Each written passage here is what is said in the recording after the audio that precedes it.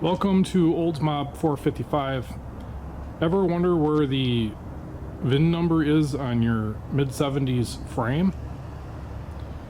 Take a guess. Yep, you got it. Right by this tape here.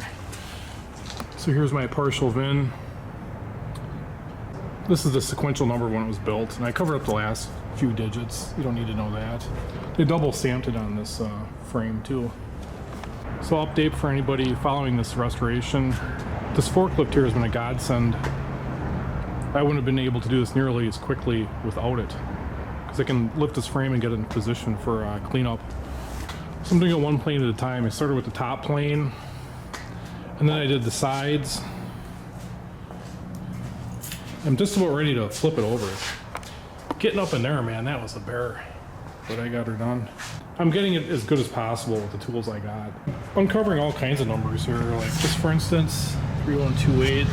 Here's the other side, 3127. I think it's like 1973, maybe the 127th day.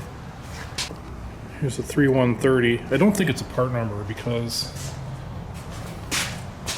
see, this piece and this piece have the same stamp. So maybe made on the same day. I don't know. I think this here, this looks like a part number to me. 3994302. Boy, this here almost looks like a date code. So as I told you, I'm not going to take this apart because I already rebushed these upper and lower control arms. I don't like screwing with these springs anymore than I have to. I'd already painted this with like a cheap spray bomb. I'm going to clean all that off and paint them up as good as I can. So this whole frame will be epoxy primered. I think I'm going to do like a base coat, clear coat too. Maybe over restore it a little bit. And here's another one of those numbers right up front here. This is about the extent of the pitting. Here, here, and you know, around a couple of bushing spots there's a little bit. But really this frame is looking quite excellent. I'm very pleased with it.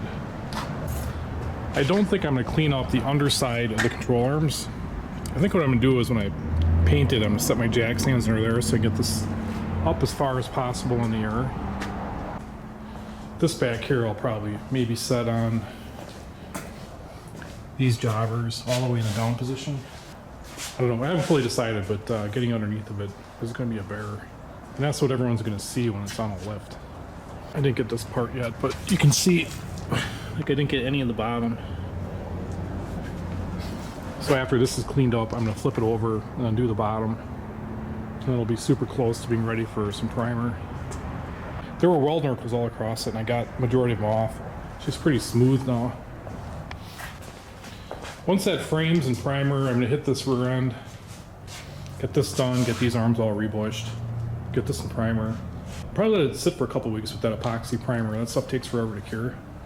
So I've been working on this 1 to 2 hours per day like Louis does over at First Generation Garage, and it's quite amazing the progress you can make with spending that amount of time every day. For me, the hard part is just getting out here. Once I get started, then I'm fine. I can keep going for 2 hours easy. So that's it for now. I'm gonna put this away for the day. I have to go back to work later tonight. Make some money to pay for this. Thanks for watching.